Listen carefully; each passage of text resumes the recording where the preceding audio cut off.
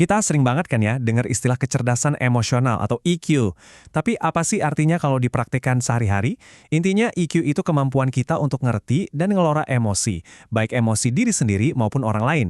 Nah, kali ini kita bakal bedah gimana caranya menerapkan EQ di 3 area penting dalam hidup, di rumah, di tempat kerja, dan tentunya di dalam diri kita sendiri. Semua wawasan keren yang akan kita bahas ini datangnya dari karya revolusioner Daniel Goleman dalam bukunya yang sangat berpengaruh, Emotional Intelligence. Oke, kita langsung mulai aja ya. Coba kita mulai dengan satu pertanyaan besar. Kita kan seringnya mikir kalau IQ tinggi dan jago skill teknis itu kunci segalanya. Tapi, gimana kalau ternyata ada faktor lain yang sering kita lupakan, yang justru punya kekuatan jauh lebih besar buat nentuin arah hidup kita? Mari kita mulai dari tempat di mana emosi kita itu paling sering diuji, hubungan pribadi kita. Disinilah kecerdasan emosional, atau sebaliknya, ketiadaan kecerdasan emosional punya dampak yang paling langsung dan paling dalam. Ada seorang peneliti namanya John Gottman, dan yang dia lakukan ini luar biasa banget. Dia mempelajari dinamika emosional ratusan pasangan untuk benar-benar paham apa sih yang bikin pernikahan itu langgeng atau malah hancur. Dia mengamati setiap pertengkaran, setiap interaksi kecil untuk menemukan polanya. Hasilnya, wah, benar-benar mencengangkan. Hanya dengan menganalisis interaksi pasangan selama beberapa menit, Gottman bisa memprediksi dengan akurasi 94% siapa yang akan bercerai dalam 3 tahun ke depan. Bayangin, 94%. Akurasi setinggi itu menunjukkan betapa krusialnya cara kita mengelola emosi dalam sebuah hubungan. Terus, kenapa sih konflik sering banget terjadi? Nah, salah satu alasannya, menurut penelitian yang dirangkum Goleman, adalah karena anak laki-laki dan perempuan seringkali dibesarkan di dunia emosional yang berbeda. Ini nih yang akhirnya menciptakan jurang pemisah dalam cara mereka berkomunikasi soal perasaan, yang seringkali ke bawah sampai dewasa dalam pernikahan. Oke, sekarang kita beralih dari rumah ke tempat kerja. Dan ternyata prinsipnya sama aja loh. Keterampilan yang membuat hubungan pribadi berhasil juga jadi kunci kesuksesan profesional. Ini adalah contoh nyata dari manajemen yang gak cerdas secara emosional. Seorang manajer dengan kritiknya yang tajam dan di depan umum bukan cuma gagal memotivasi, tapi justru menghancurkan moral dan hampir kehilangan karyawan berharga. Ini kerugian besar yang disebabkan oleh kurangnya empati. Jadi poin krusialnya tuh di sini. Umpan balik atau kritik adalah salah satu alat manajerial yang paling penting, tapi juga yang paling sering disalahgunakan. Cara kita menyampaikannya bisa membangun atau justru menghancurkan seseorang. Lantas gimana cara yang benar?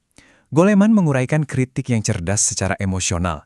Fokus pada tindakan spesifik, jangan menyerang karakternya. Tawarkan cara untuk memperbaiki. Lakukan secara 4 mata untuk menjaga harga dirinya, dan tunjukkan kepekaan terhadap perasaan orang lain. Cara ini memotivasi, bukan menghina. Ada lagi studi menarik dari Bell Labs. Mereka mencoba mengungkap apa sih yang membedakan karyawan bintang dari yang biasa-biasa saja. Ternyata jawabannya bukan cuma IQ atau keahlian teknis, ada faktor lain yang sifatnya sosial. Dan inilah rahasianya. Setiap organisasi itu punya 2 struktur. Yang formal, yang kita lihat di Bagan, dan yang informal, jaringan sosial yang tak terlihat. Para karyawan bintang ini adalah mereka yang mahir membangun dan menggunakan jaringan informal untuk dapat bantuan dan menyelesaikan masalah dengan jauh lebih cepat. Dari rumah dan kantor, sekarang kita melihat ke dalam. Mungkin ini adalah aplikasi kecerdasan emosional yang paling mendalam, hubungan antara emosi kita dan kesehatan fisik kita. Ini mungkin kedengarannya dramatis ya, tapi pertanyaannya valid. Apakah ada hubungan nyata antara emosi negatif yang kronis dan kesehatan kita? Apa iya kemarahan bisa berakibat fatal? Dulu, kita sering mengira orang tipe A yang sibuk dan ambisius itu berisiko kena penyakit jantung. Tapi penelitian lebih lanjut mengklarifikasi hal ini. Bukan kesibukan atau ambisinya, melainkan komponen emosionalnya. Rasa permusuhan, sinisme, dan kemarahan kronis, itulah yang menjadi racun bagi jantung kita. Data dari studi Duke University ini sangat jelas. Mereka melacak mahasiswa kedokteran selama puluhan tahun dan menemukan hasil yang mengejutkan. Mereka dengan tingkat permusuhan tinggi saat kuliah, 7 kali lebih mungkin meninggal pada usia 50 tahun. 7 kali! Ini adalah hubungan yang sangat kuat antara emosi dan kesehatan. Kabar baiknya adalah ini bisa diubah. Permusuhan itu sebuah kebiasaan. Studi dari Stanford menunjukkan strategi yang efektif.